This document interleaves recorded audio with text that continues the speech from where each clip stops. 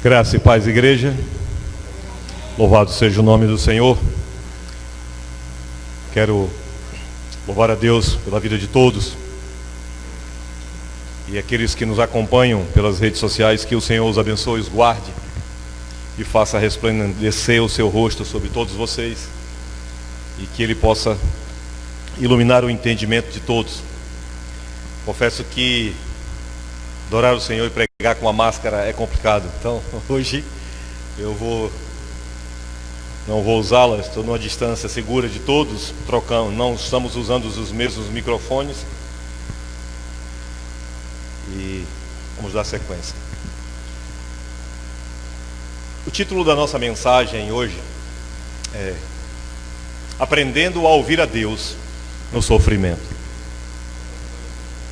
Queria pedir aos amados irmãos que abrissem as vossas Bíblias na primeira carta que o apóstolo Pedro escreveu, no capítulo 5, e leremos o versículo 10. Primeira carta que o apóstolo Pedro escreveu, no capítulo 5, no versículo 10, já no finalzinho da Bíblia, perto do livro de Apocalipse. Aqueles que desejarem em reverência a palavra do Eterno, se coloquem de pé, para que possamos ler. Assim diz a palavra do Eterno: E o Deus de toda graça, que em Cristo Jesus vos chamou à eterna glória, depois de haverdes padecidos um pouco, Ele mesmo vos aperfeiçoará, confirmará, fortificará e fortalecerá. Senhor, essa é a Tua palavra, em concordância com as orações que foram lançadas diante do Teu trono, Senhor. Eu te apresento a Tua palavra. Que cada palavra que vem à minha boca nasça primeiro no Teu coração, para a Tua honra e para a Tua glória, Senhor, para a edificação da Tua igreja. O que importa é que qualquer um que pise esse tablado diminui, o que o Senhor cresça, Pai.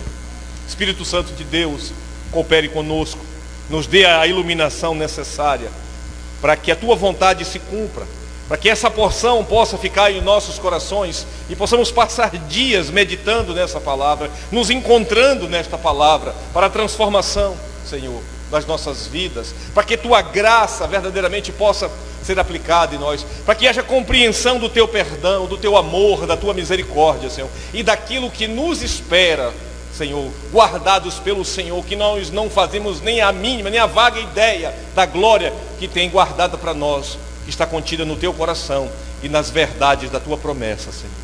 Repreende todo o mal, todo espírito contrário ao Teu, ao Senhor amado Jesus Cristo, que caia por terra em nome de Jesus. Que os Teus filhos que estejam tanto aqui presentes como em suas casas, Pai, possam acompanhar essa palavra com reverência, com temor e tremor, e que a bênção do entendimento possa nos alcançar de forma ampla e irrestrita, e possamos compreender, a contemplar a beleza da Tua santidade, Senhor.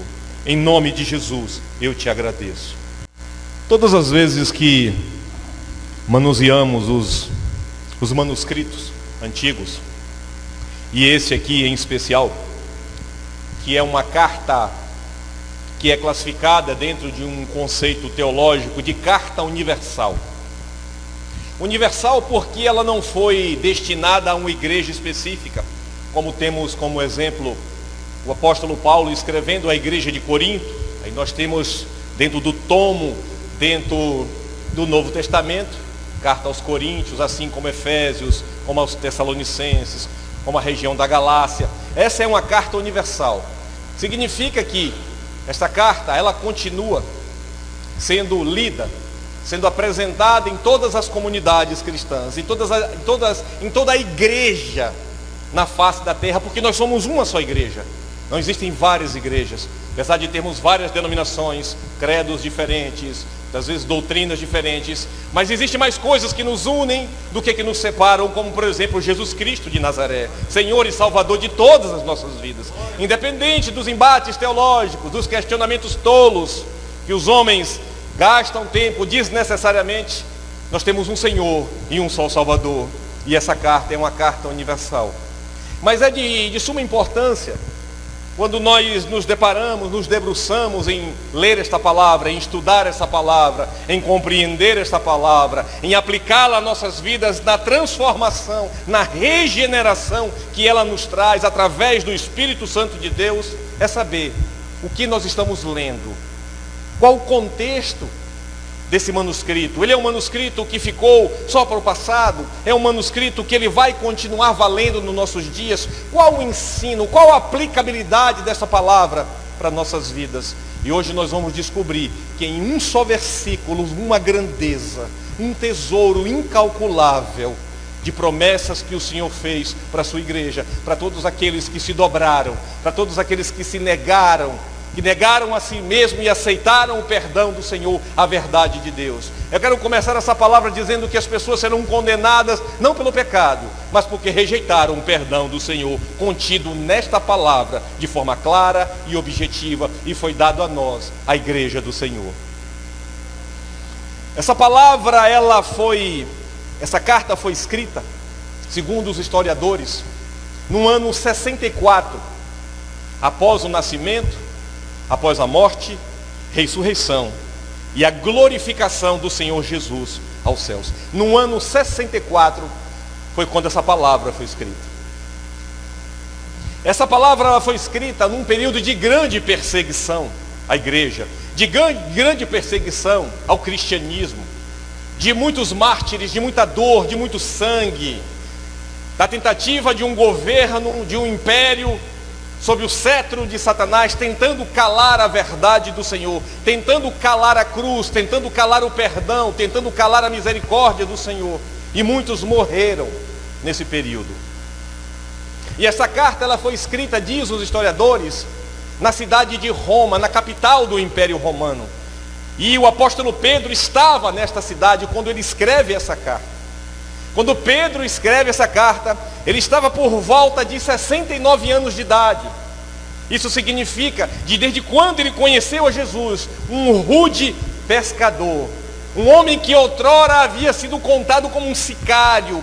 O que era um sicário? Ele era os homens que se levantavam contra o imperialismo romano, contra a dureza das leis romanas, contra a expoliação da lei romana. E a Bíblia diz que os sicários, eles perpetravam ações contra os soldados romanos em pequenos atos que são considerados como atos terroristas. E nós vemos a grandeza de Deus pegar um pescador e dar a ele um homem sem qualificação, sem erudição, e transformar esse homem num teólogo fabuloso, num homem de um conhecimento assustador. E tal prova é ele escrever esta pérola que foi deixada para gerações, para nos momentos de dificuldades, nos momentos de aflição, nós termos as promessas do Senhor, independente de qual seja a perseguição, ou a perseguição velada pelos governos que combatem a verdade de Deus, ou qualquer tipo de ameaça às nossas vidas, nós temos a palavra de Deus para saber que, independente de que as coisas não aconteçam neste planeta, existe um porvir, existe uma eternidade que não pode ser desconsiderada. Não podemos sustentar a nossa vida apenas na vida biológica e na vida terrena, mas nas promessas do Senhor. A história relata que enquanto o apóstolo Pedro estava em Roma, o governador, o imperador, melhor dizendo, era Nero. Nero governa por 17 anos. No ano 51 depois de Cristo, ele sobe ao trono aos 17 anos de idade. E ele governa de 51 até 68 depois de Cristo. E Nero era um dos homens mais terríveis, um dos imperadores mais cruéis que Roma já teve. Haja visto que a história relata tanto a morte do apóstolo Paulo, tanto a morte do apóstolo Pedro foi autorizada, foi determinada por esse imperador Nero. Era um homem tão maligno, era um homem tão terrível, que ele houvera mandado matar a sua própria mãe por questões políticas. Era um homem que perpetrava ações terríveis. E ele termina no ano 68, em decorrência de todos os desmandos que havia feito, ele acaba suicidando-se, por conta de todo o mal que o houvera transpassado em sua vida. E a perseguição, no ano 64, ela começa da seguinte forma: no dia 18 de julho do ano 64 depois de Cristo, um terrível incêndio é acometido sobre a capital do Império Romano, Roma. A parte mais velha da cidade, ela sofre um incêndio de proporções absurdas, que 10 bairros da antiga Roma são afetados, pessoas morrem às centenas, o desespero é grande. Existe um relato histórico muito bem detalhado desse evento, temos data, temos anos e acontecimentos muito claros que são aceitos pela história. E dizem os historiadores, algumas vertentes, que Nero, na sua ambição de beleza e de idolatria do seu próprio nome, ele queria reformar essa parte mais velha da cidade, porque se tratavam de ruelas, de construções de madeiras. E diz os historiadores que na cidade de Roma, nada mais nada menos que 1 milhão de pessoas viviam na capital romana. E eu fico a imaginar que uma cidade com 1 milhão de pessoas nos nossos tempos modernos, existe todo o caos social. Imagine no passado, sem toda a segurança, sem toda a infraestrutura necessária para que 1.000 pessoas habitem num centro urbano. E dizem que esses bairros circundavam o seu palácio, e quando ele chegava na sacada do seu palácio, ele não via a beleza que ele desejava. E dizem os historiadores, algumas vertentes, de que ele mesmo mandou colocar fogo em um bairro, para que esse bairro pudesse ser extinto e ele pudesse construir os seus monumentos em seu nome.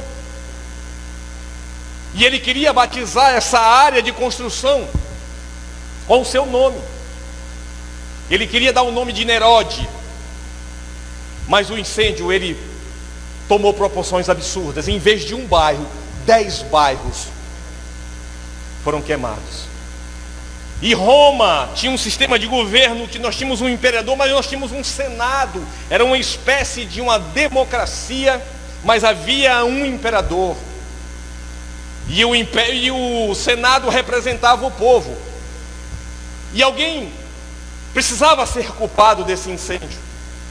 A culpa precisava ser tirada de cima do imperador. E diz a história que a culpa foi colocada nos cristãos, do qual o apóstolo Paulo foi colocado como chefe dos cristãos. Daí começa a perseguição. Cristãos são presos, são torturados, são queimados vivos, são entregues aos leões no Coliseu. E chegou a uma proporção tão tamanha que também estoura uma revolta em Israel, onde na Palestina começa uma revolta. Então chegou a um ponto que tanto cristão como judeu que não era cristão, bastava ser judeu, estava sendo perseguido pelo Império Romano.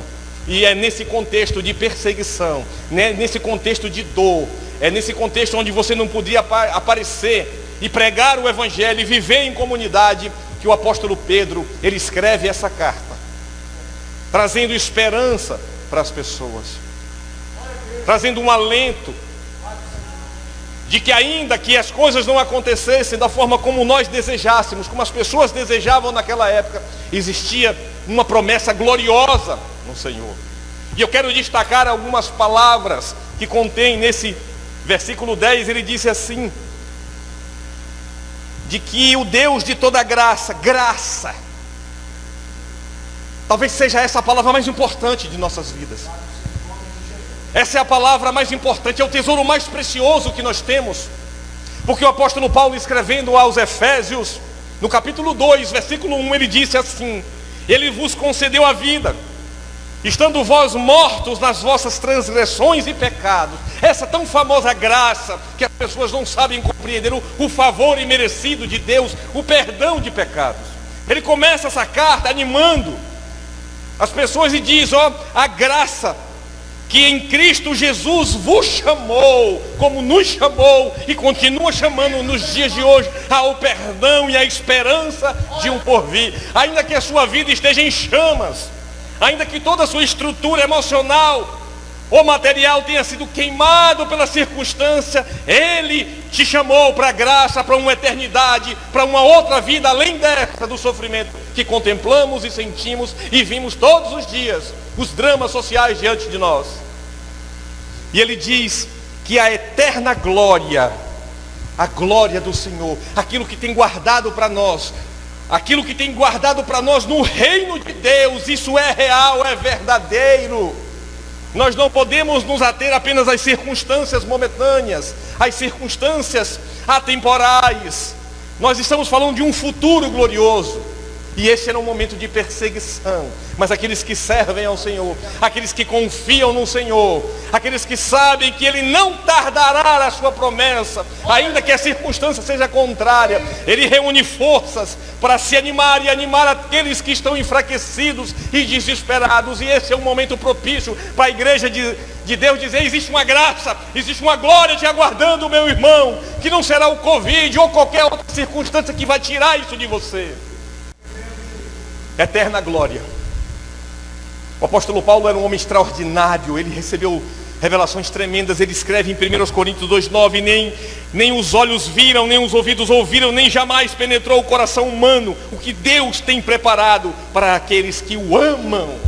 É isso que nos espera. É isso que a igreja tem que propagar, tem que pregar. Um futuro por vir. O resto são circunstâncias que ficam a critério da vontade de Deus e não da nossa. O homem não controla as situações, Deus controla tudo. Mas se você quer ser abençoado, meu irmão, obedeça, seja santo, seja justo, porque o mais Ele o fará. Pois o seu coração tem que estar no porvir, na graça que está por vir, não na circunstância que você está vivendo. E ele diz assim: e haveis padecidos um pouco. O que mais? Existe tantas coisas que me fascinam.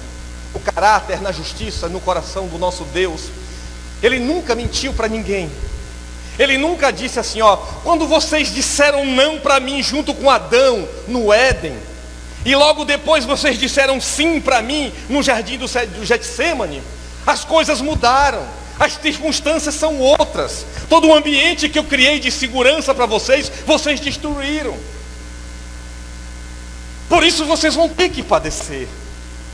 Porque vocês mesmos criaram essas situações e circunstâncias que vocês estão vivendo. São consequências das suas escolhas, porque eu sou justo.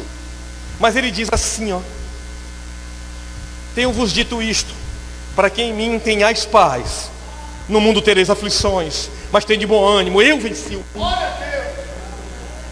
Ainda que padecemos, irmãos, ainda que a circunstância, ainda que o sistema mundo tente nos tragar, Ele venceu o mundo. Sabe como? Em carne e sangue como nós. Porque Ele veio, andou e provou que é possível viver, independente de um sistema corrompido, haver justiça, haver amor, haver compreensão. Porque são esses passos, é esse comportamento moral que vai fazer com que a graça nos alcance, e o perdão de Deus e o sangue de Jesus nos lave dos nossos pecados, e os nossos nomes sejam escritos e continuem escritos no livro da vida. Mas aí vem a parte que eu mais gosto desse versículo. Ele diz assim: e Ele vos aperfeiçoará. O apóstolo João, ele diz assim: mas quando vier aquele Espírito de verdade, Ele vos guiará em toda a verdade, porque não falará de si mesmo, mas dirá tudo o que tiver ouvido, e vos anunciará o que há de vir.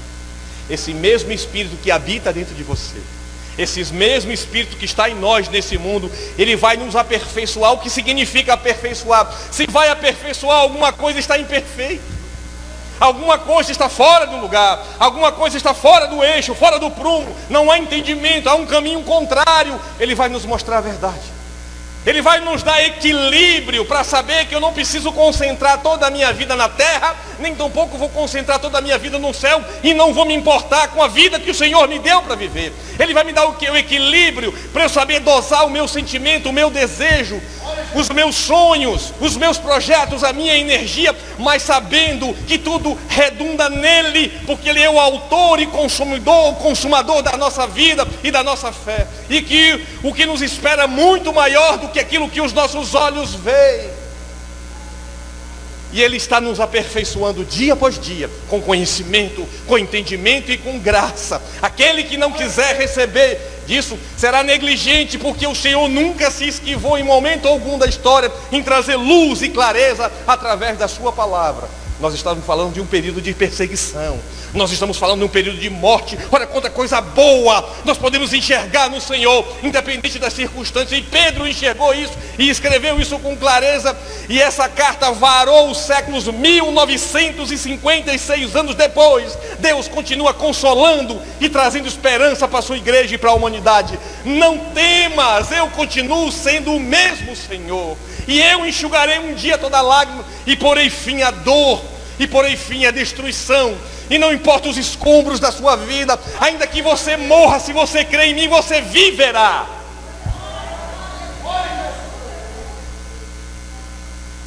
Mas ele diz outra palavra, que aquele que ninguém vai conseguir se conter. Ele diz que ele nos confirmará.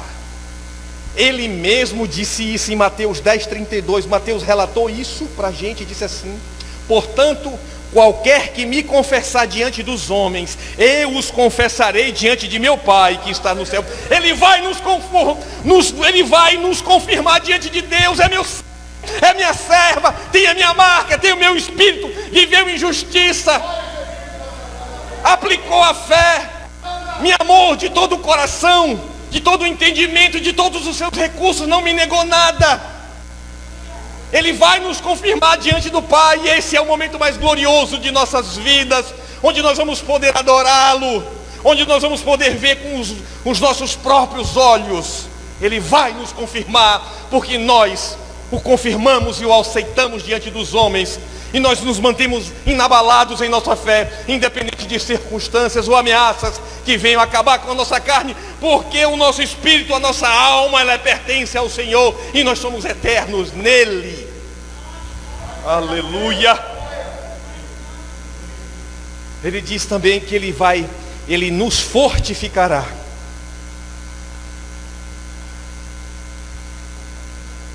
O apóstolo Paulo, escrevendo à igreja de Éfeso, no capítulo 3, nos versículos de 17 a 19, ele diz assim: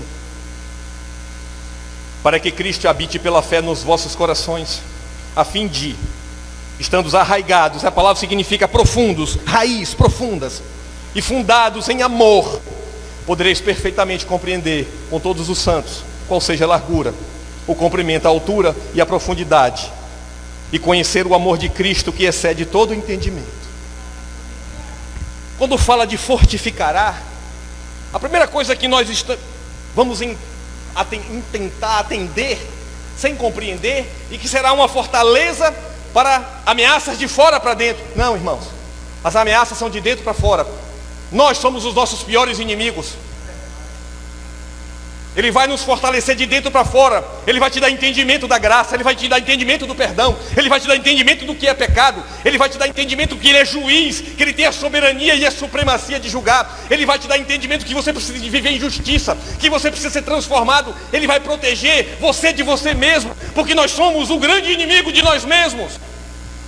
Porque temos os nossos próprios entendimentos, temos a nossa própria teologia, temos os nossos próprios entendimentos daquilo que nós achamos que deve ser. E observe que nós não conseguimos julgar com imparcialidade.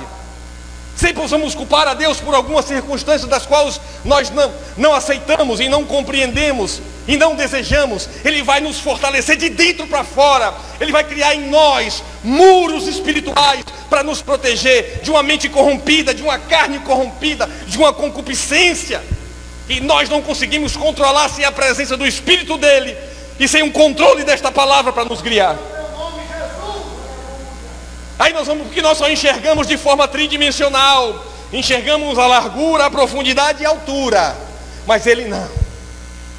Ele tem, irmãos, ele tem a largura, o comprimento, a altura e a profundidade, e nisso está contido no seu amor por nós, e ele nos constrange quando nós aprendemos a enxergar nós mesmos diante dele.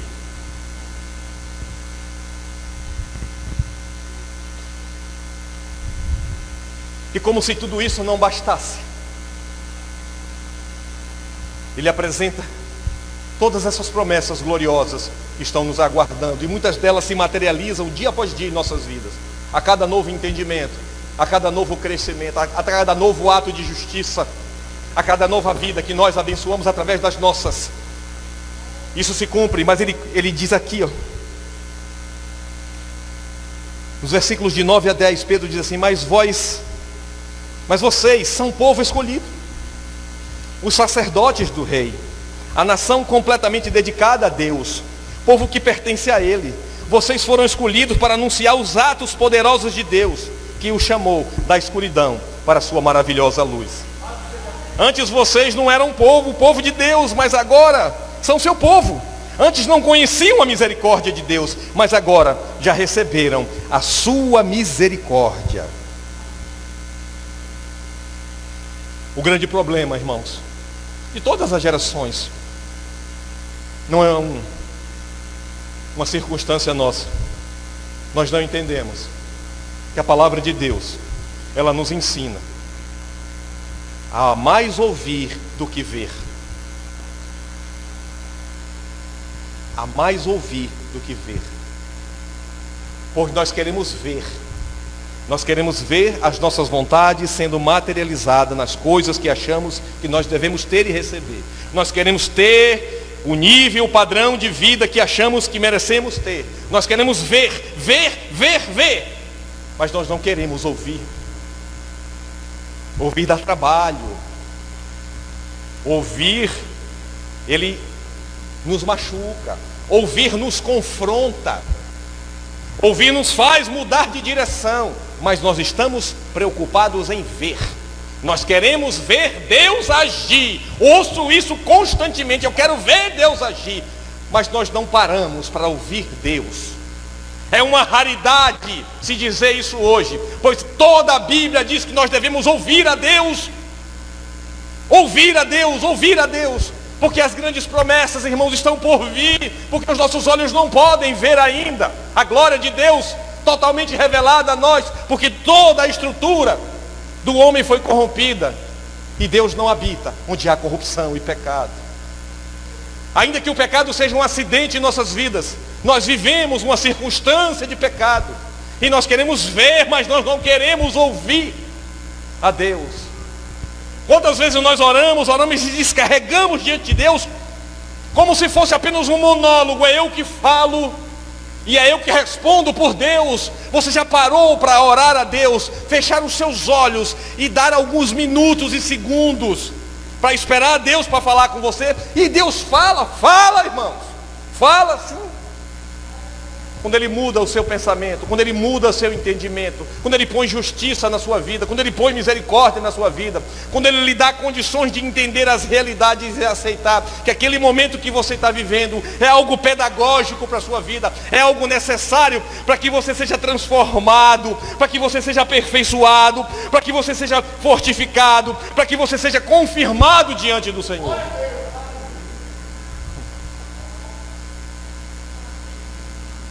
E ele diz aqui, por último, Ele fortificará e fortalecerá. Não é a mesma coisa? A grafia parece ser a mesma: fortificar e fortalecer. Mas o apóstolo Paulo, ele compreendeu isso com muita grandeza. Ele disse isso em Efésios 6, de 10 a 11: no demais, irmãos meus, fortalecei-vos no Senhor e na força do seu poder, revesti-vos de toda a armadura de Deus, para que possais estar firmes contra as astutas ciladas do diabo. Ele nos protegeu por dentro, Ele nos transformou, Ele nos lavou com a sua palavra, Ele nos deu um entendimento de realidade, de condenação de pecado. Ele me fez compreender a graça, o perdão e a glória dele. Eu estou protegido de mim mesmo. O meu entendimento, o meu intelecto, tudo aquilo que eu aprendi, daquilo que eu ouvi, da ideia de vida e de mundo, caiu por terra. Hoje eu sou um cidadão do céu. Hoje eu tenho o Espírito Santo de Deus. E agora de mim mesmo, o Espírito Santo me venceu. E Ele dominou a minha carne. Mas agora, irmãos, Ele nos prepara. Ele nos fortalecerá com as ameaças que vêm de fora agora. O sistema mundo, as astutas ciladas do diabo, as ideologias distorcidas, o evangelho deturpado. Mas ele diz que a gente tem que se fortalecer no Senhor e na armadura de Deus. A armadura de Deus, irmãos, é essa palavra.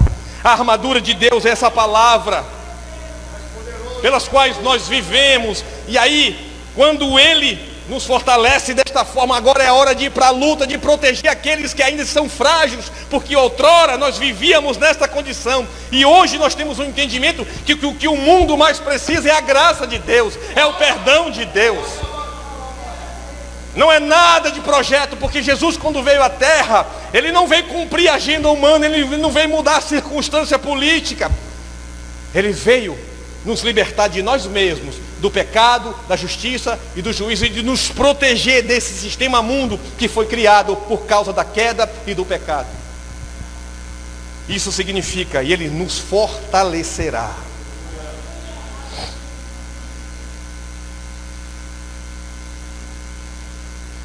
Trinta dias antes de Moisés morrer, as portas da terra prometida, ele toma todas as providências para que o povo possa compreender a aliança. Ele exorta os erros da geração passada, dos pais daqueles que caíram seus corpos no deserto, porque não se permitiram ser transformados, fortificados e fortalecidos pelo Senhor. E ele pega o livro de Devarim, ou o livro de Deuteronômio, onde nós vamos encontrar um verbo chamado lishmoa. Lishmoa significa ouvir, e nós vamos encontrar isso 92 vezes no livro de Deuteronômio, que significa entender, conhecer, responder e observar. A palavra de Deus diz que a fé vem pelo ouvir, e ouvir a palavra. Eu não medito, eu estou apavorado com a pandemia, eu não tiro nem pelo menos uma vez na semana para congregar da minha igreja. Eu não tenho forças para ouvir Deus, pois a única coisa que eu quero é que tudo volte ao normal. Eu quero a minha vida de volta. Eu vou lhe dizer que a sua vida, quem vai lhe dar é o Senhor Jesus. Não essa vida que você quer na terra, mas a vida eterna que te aguarda. Porque o que nós estamos vivendo, irmãos, é um roteiro do que já houvera sido predito há muitos e muitos séculos pela palavra. Estamos vivendo um sinal contundente da volta do nosso Senhor e Salvador. E preparem os vossos corações, que essa carta de Pedro vai nortear a nossa vida. Por outras perseguições virão, e coisas piores haverão de vir, porque foi descrito na palavra. Mas estamos fortalecidos, porque nós não estamos sendo pegos de surpresa. Nós não estamos sendo enganados. Nós não temos um Deus fraudulento. Nós temos um Deus claro, objetivo e verdadeiro, porque as suas verdadeiras promessas, a riqueza que nós queremos, está nele, não aqui, mas na glória que nos aguarda. Por 92 vezes está escrito no livro de Deuteronômio ou de Devarim: ouvir, ouvir. Só que ouvir não apenas um ato involuntário, não um ato involuntário, mas ouvir significa entender, usar o intelecto que Deus te deu, potencializado pelo Espírito Santo de Deus, para você compreender essa palavra e compreender as circunstâncias, tanto pessoais quanto sociais e mundiais que nos cercam. Também significa conhecer. Eu não ouço, raramente nós ouvimos quem não nos conhecemos, nós não damos crédito a quem nós não conhecemos. Nós vamos dar crédito quando nós passamos a viver com esta pessoa, quando nós passamos a ter intimidade, ver os valores dessa pessoa, o caráter, a justiça. Por que você acha que Deus tem que ouvir você? Por que acha que Deus tem que dar crédito para você? Se você não ouve, se você não dá crédito para Ele, se você não faz uso dessa palavra, se você não tem entendimento, seja íntimo de Deus, busque a face do Senhor, para que Ele possa te ouvir, e Ele julgará com a justa justiça tudo aquilo que nós colocarmos diante dele em petição e oração. Aqui diz que nós temos que, essa palavra nós precisamos ouvir, significa responder. Responder ao que, irmãos? Responder ao chamamento da verdade, responder ao perdão, responder à santidade, responder à integridade, à justiça, à honestidade. Porque nós não respondemos. A graça é condicional a essa resposta, a transformação, a mudança de direção, a santidade. Ouvir a Deus significa se permitir ser transformado por Ele.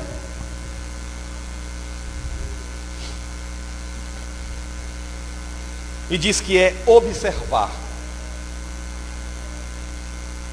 nós não conseguimos mais observar que em cada milésimo de segundo a bênção de Deus nos cerca. Em cada milésimo de segundo, em cada ato, o mais corriqueiro, de eu beber um copo d'água, de eu ter o que calçar, o que vestir, de eu ter um teto para me abrigar da chuva e do frio, de eu ter algo para colocar sobre o meu corpo, para que eu cubra meu corpo e para que eu possa ser aquecido, para que eu possa ser socialmente aceito, para que haja um padrão na minha vida, nós não conseguimos mais agradecer a Deus por todas essas coisas, porque nós nos tornamos autossuficientes, porque achamos que somos nós que produzimos tal coisa, porque quem trabalha sou eu, porque quem produz sou eu, o salário é meu, a empresa é minha, eu que faço, porque não conseguimos ouvir a Deus e entender a grandeza da sua misericórdia e do seu amor no dia a dia de nossas vidas.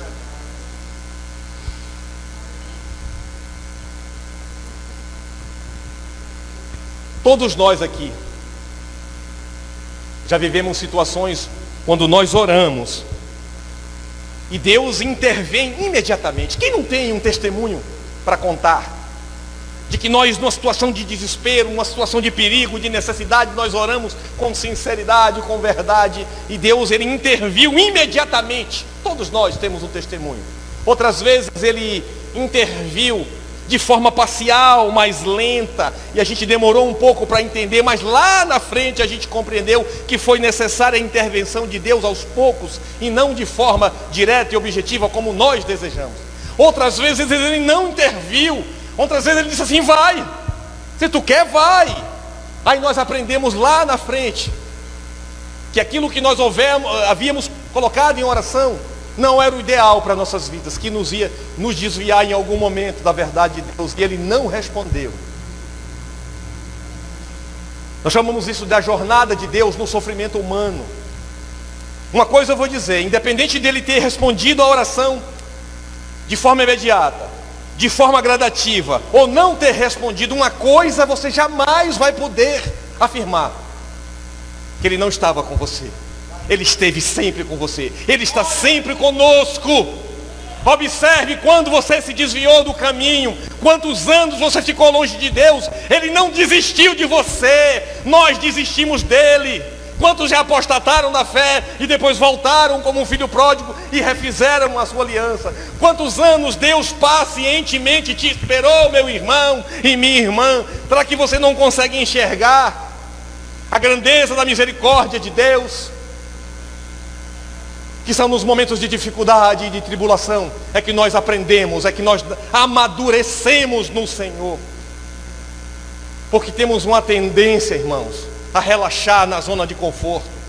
Temos uma tendência, irmãos, a esquecer de Deus como tudo está bem, quando tudo aquilo que nós, a visão que nós esperamos para a nossa vida, as perspectivas que nós desejamos, está tudo bem. Esse é um grande perigo, irmãos. Quando as coisas estiverem bem, redobre a sua oração, redobre a sua vigilância, porque isso pode causar mornidão espiritual, fraqueza espiritual. E quando o dia mal bater na porta, como está acontecendo nos nossos dias, o desespero está aí, porque nunca ouviu, nunca obedeceu, nunca entendeu, e não sabe para onde vai, nem para onde vem, está sem direção, porque não conhece a Deus, porque o que conhecia de Deus são as promessas dos obreiros fraudulentos, que te prometem coisas que Deus nunca prometeu.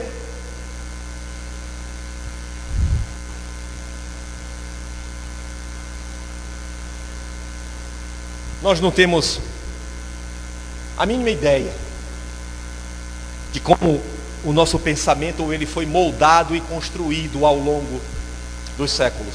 Sobretudo o nosso ocidente, a parte do mundo que a gente vive. Engano seu, lê do engano, que você acha que é que você que construiu o seu pensamento, o entendimento que você tem de vida, foi você que, com a sua maturidade, com o acesso que você teve à educação, à escola, você acha que foi você que construiu o seu pensamento, acha que somos nós que temos as rédeas da vida, e a forma como nós pensamos, e a forma como nós agimos e desejamos e almejamos, fomos nós mesmos que construímos isso para nós. Foi não, irmão. Não foi não. Nós temos um conceito assim, ó. Só é possível entender se for possível ver. Eu vou repetir.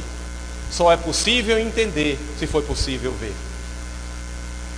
Porque se as coisas não se materializarem da forma que nós queremos, nós não entendemos. Nós nos revoltamos, nós nos esfriamos espiritualmente e nós esquecemos dessas promessas gloriosas que o Senhor fez e continua valendo. Uma carta que um servo humilde, um humilde, rude pescador, possivelmente quase todos que estão aqui, se formos medir o intelecto, se pudéssemos trazer um paralelo entre o intelecto do apóstolo Pedro e o intelecto de todos nós teríamos muito mais informações, teríamos muito mais conhecimento e intelectualidade do que ele. Temos o privilégio de termos um legado a nosso favor, toda uma palavra, toda uma vivência para nós.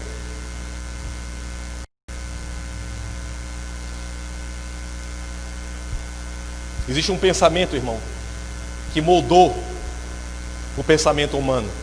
Isso vem do passado, de séculos e séculos atrás. É um pensamento grego, que foi potencializado há um pouco menos de 100 anos, que é chamado de existencialismo, de humanismo, que diz que a existência precede a essência. Ou seja, que a minha vida, que os meus desejos, que a materialização dos meus sonhos é muito mais importância da essência de quem eu fui criado, de quem eu fui criado à imagem e semelhança. Por isso que nos tornamos seres tão visuais.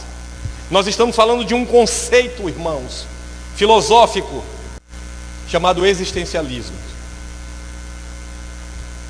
O ímpio, aquele que não conhece ao Senhor, vive pelas coisas e para as coisas. Sua alegria consiste nas suas conquistas materiais, nas suas conquistas emocionais. Ele se esquece que sem a essência não há existência. Sem a criação nunca haveria uma existência. Nós somos feitos à imagem e semelhança de Deus. Se não considerarmos a essência de Deus em nossas vidas, toda a nossa vida será vã.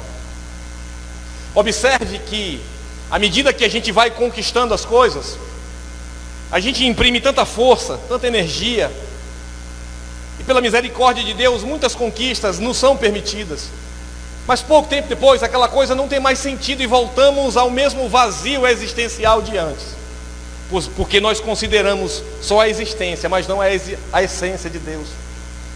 A cada aniversário que a gente olha para um bolo, pastor Raul, igreja, quando a gente vai vendo cada dia, cada ano mais uma velinha, a gente vai dizendo, meu Deus, é muita vela para uma pessoa só.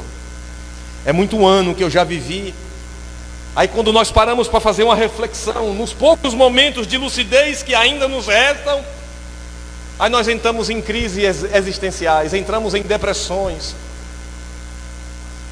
E nós vamos perceber que nós estamos vivendo um existencialismo gospel. Porque se Deus fizer, está tudo bem. Se Ele não fizer, não está bem. E quanto mais Deus faz, ainda a minha fome é maior. O meu desejo é maior.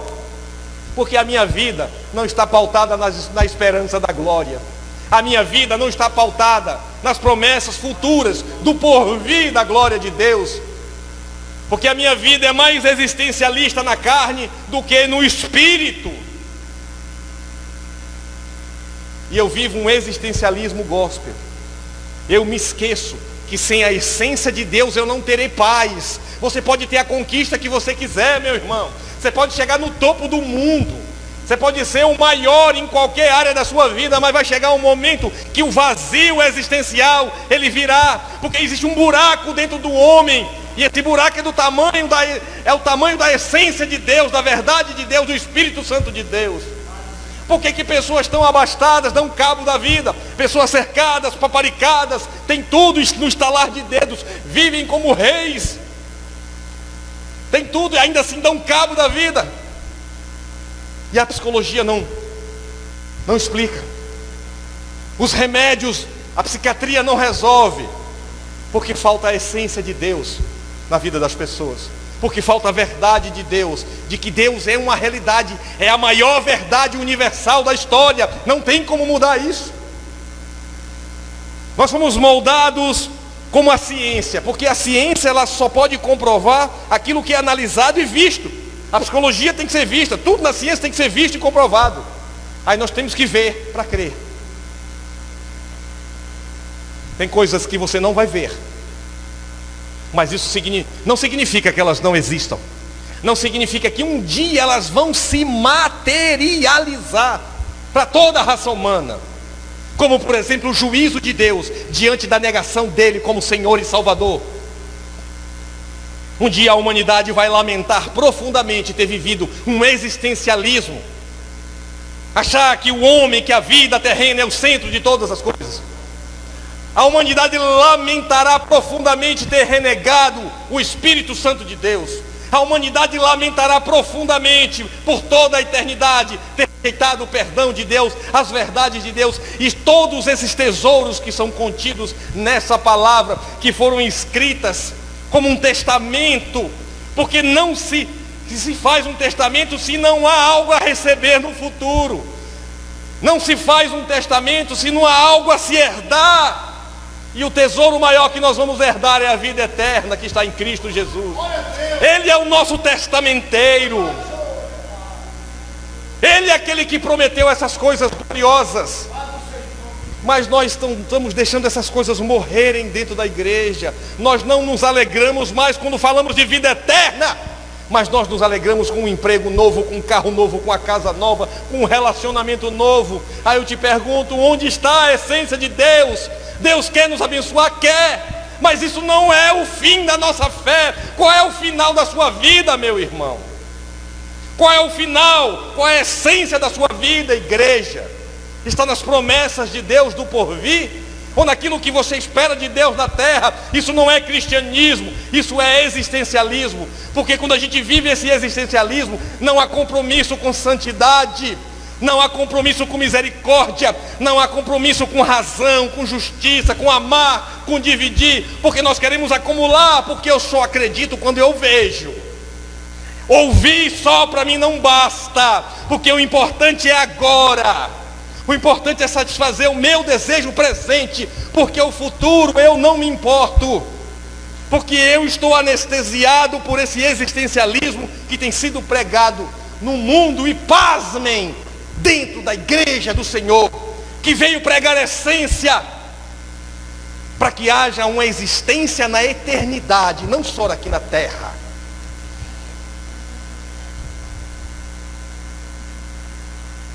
Deve ser por isso, irmãos, que ele, quando estava na terra, ele disse assim, o apóstolo Mateus registra isso: por isso vos digo, não andeis ansiosos pela vida, quanto ao que haveis de comer ou beber, nem pelo vosso corpo, ou que haveis de vestir. Não é a vida mais do que o alimento? Ele está falando da vida biológica. Será que você não vale mais do que você come? E o corpo e as vestes, será que as suas vestes são mais importantes do que as vestes espirituais? E quem te garante que lá no céu nós vamos ter vestes materiais? Ou é a luz de Deus que vai nos cobrir? Ou é a glória de Deus que vai nos vestir? E nós não vamos sentir falta dessas coisas que tanto nos prende, que tanto nos trava, que tanto nos afasta de Deus. Porque a gente acha que o que nos afasta de Deus é o pecado velado, são as deformações morais. Mas não, irmão, o foco da vida é um pecado. Se eu estou focando a minha vida em coisas temporais, eu me esqueço da essência de Deus e da eternidade, e a minha vida tem sido gasta na satisfação daquilo que eu preciso ver, e não daquilo que eu preciso ouvir e esperar, porque só no futuro será revelado a nós, e só no futuro viveremos essa glória, porque o momento agora é de transformação, é de luta, é de perseguição. Nós não vamos viver cabisbaixos, tristes. Teremos momentos de alegria, teremos momentos no congregar, na confraternização. Nós iremos aliviar a dor de um do outro. Isso é amor, isso é cristianismo. Mas nós não queremos carregar as cargas um dos outros, porque nós achamos que as nossas cargas são muito pesadas, mas não são. Ninguém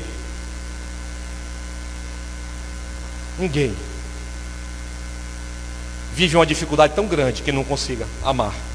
Ninguém vive uma dificuldade tão grande que não consiga contribuir, que não consiga dividir. não é o quanto você dá, mas o que você faz.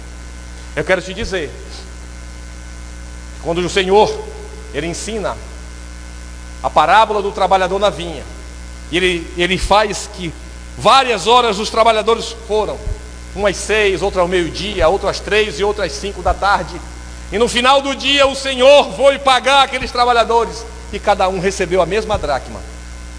Cada um fará segundo a sua força e a sua limitação. Nisso está a justiça de Deus. Não existe um padrão para todo mundo. Existe um padrão de santidade para todo mundo. Existe um padrão de aceitação a Jesus.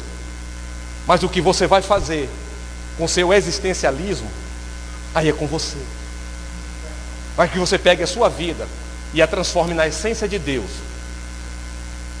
E não faça uma barganha, nem tampouco gaste todo o seu tempo em ver, mas gaste o seu tempo com a essência de Deus, para a glória dele.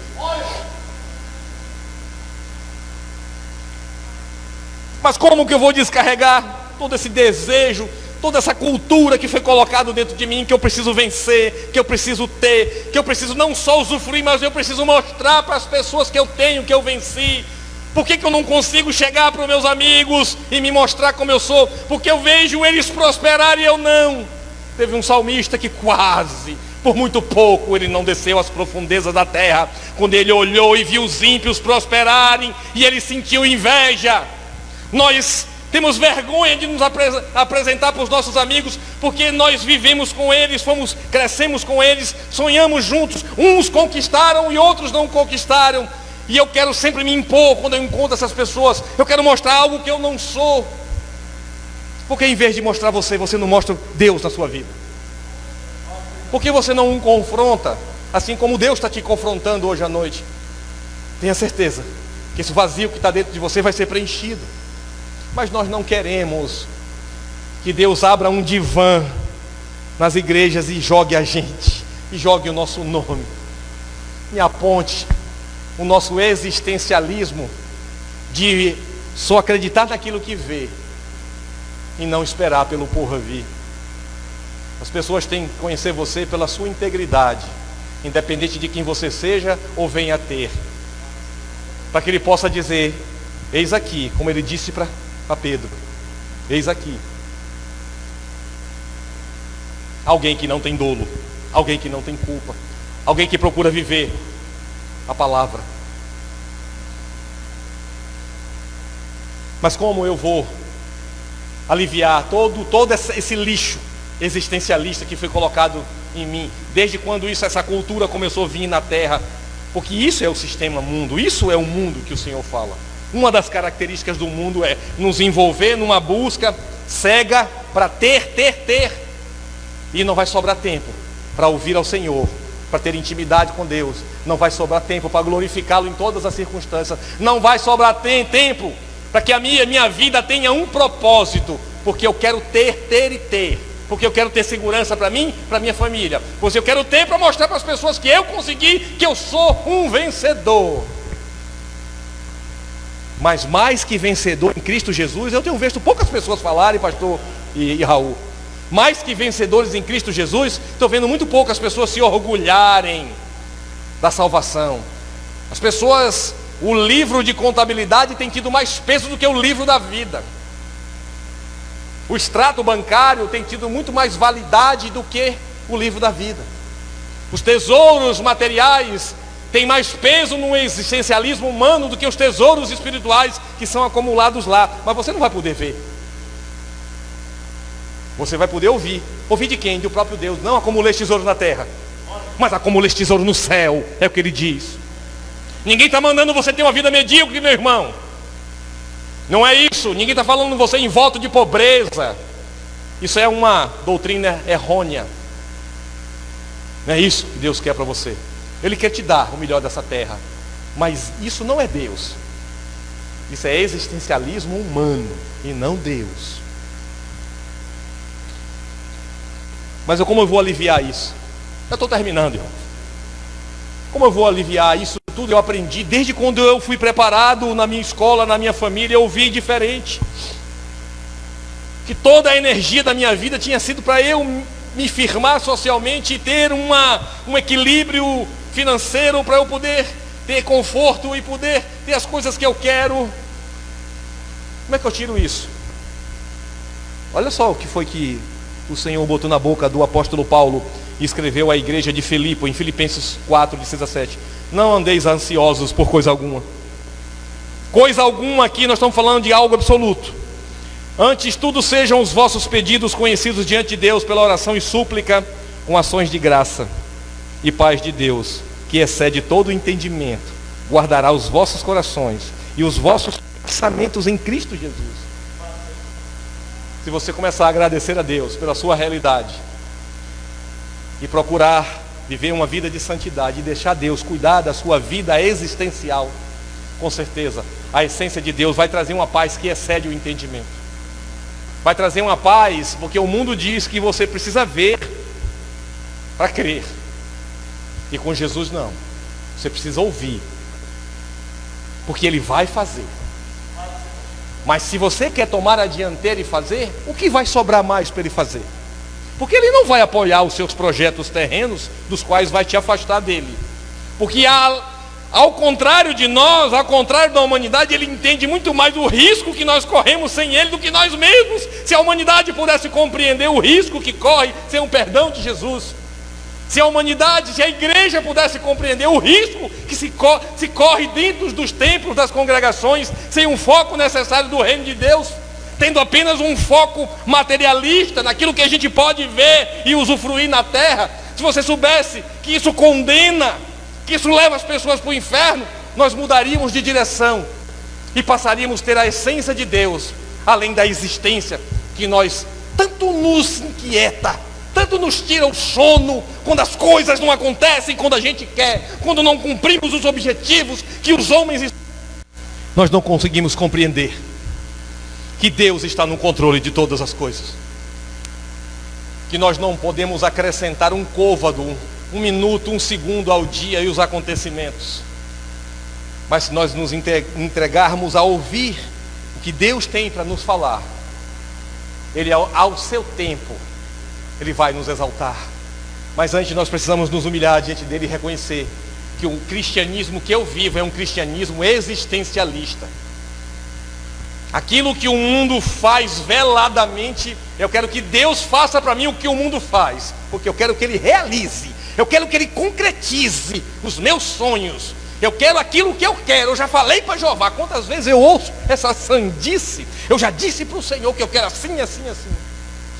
E Ele fala: não andeis ansiosos. Olha que resposta doce para uma afronta a alguém que é tão sublime, tão santo. Não andeis ansiosos por coisa alguma. Ele bem sabe as necessidades que temos em relação a porque Ele sustenta a sua criação.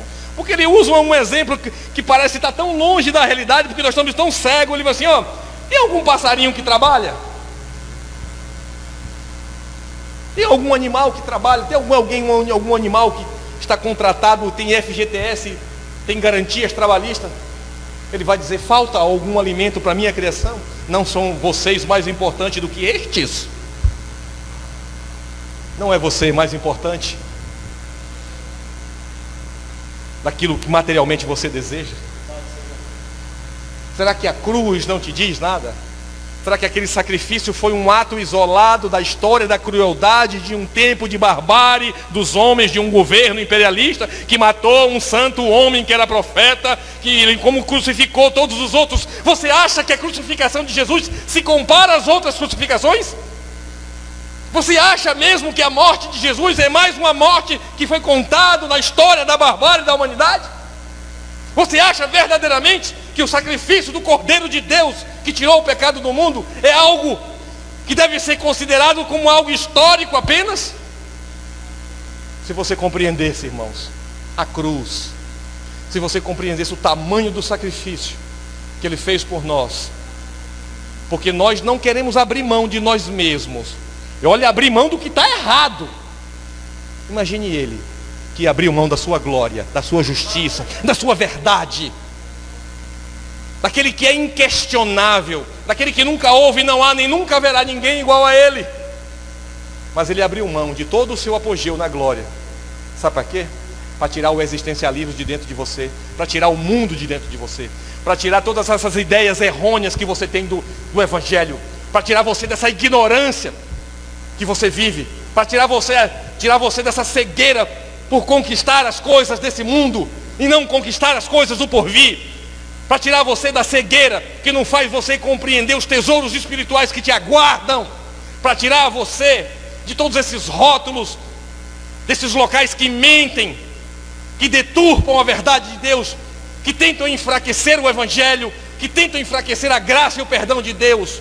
Deus não vai flexibilizar a sua palavra por circunstância alguma, ou por pedido alguém de ninguém. Não se barganha com Deus, porque Ele é santo. Se você soubesse o que é santidade, você correria aos pés do Senhor e depositaria tudo o que você tem vivido na sua vida, e vomitaria tudo que está errado na sua vida, e deixaria de reconstruir a sua vida. E sabe quando é que nós compreendemos isso, irmãos? No sofrimento, no fogo, na prova. Porque enquanto as coisas estão se materializando, nós ainda temos forças para lutar contra essa verdade. Mas só quando a dor é iminente, quando o fracasso é real, aí nós arriamos as bagagens existencialistas. De ver para quê? Aí nós passamos a ouvir. Aí nós vamos clamar. E Deus pacientemente, porque Ele não é como nós, Ele não guarda rancor de ninguém. Nós somos rancorosos, nós fazemos acepção de pessoa. Deixa alguém fazer algo grave na tua vida, eu até perdoo, mas eu não esqueço. Olha que mentira do Satanás. Perdoar é lembrar sem dor.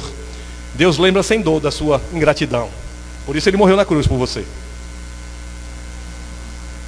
Difícil, irmãos. Vivemos tempos difíceis. Quando o apóstolo João, ele diz que no princípio era o verbo, e o verbo era Deus, e o verbo estava com Deus. O que ele quis dizer com verbo? O que é verbo? Às vezes nós lemos, gravamos, repetimos, mas nós não gastamos tempo para ouvir o que Deus quis dizer na boca desse santo homem de Deus. Aí, muito simples. Pegue o tratado gramatical da língua portuguesa e você vai descobrir que sabe o que é verbo, irmãos? Verbos são palavras que expressam uma ação, um estado e uma mudança. Uma ação, um estado e uma mudança. Uma ação, Ele desceu do seu trono e veio nos ensinar aqui na terra como nós devemos viver. Um estado, nós estávamos num estado de condenação e Ele mudou isso. Ele mudou isso. Uma mudança. Agora é com a gente. Agora somos conosco. Porque você não vai ser mais inocente a partir de amanhã. Quando você chegar na sua casa e você for para o seu batente, para o seu trabalho, para a sua lida diária, você não será mais inocente. Porque esta palavra foi pregada de forma clara e objetiva e simples. É na dificuldade, é na jornada de Deus, no nosso sofrimento, é que nós amadurecemos e entendemos quem é Deus em nossas vidas. Vamos cessar de lançar apenas palavras de provisão. Dizemos Jeová Jireh, Jeová Rafá, mas não nós dizemos Jeová Nissim, o Senhor é minha bandeira. De agora adiante eu vou viver por essa palavra. De agora adiante eu vou viver pela essência e não pela existência, porque da minha existência cuidará o Senhor. Que o Senhor os abençoe e que a bênção do entendimento possa entrar em seus corações e vocês compreendam quem verdadeiramente é Jesus e qual é a resposta que eu tenho diante da graça, porque eu preciso ouvir a Deus, não ouvir a mim mesmo. Que o Senhor os abençoe. Pastor Ivan.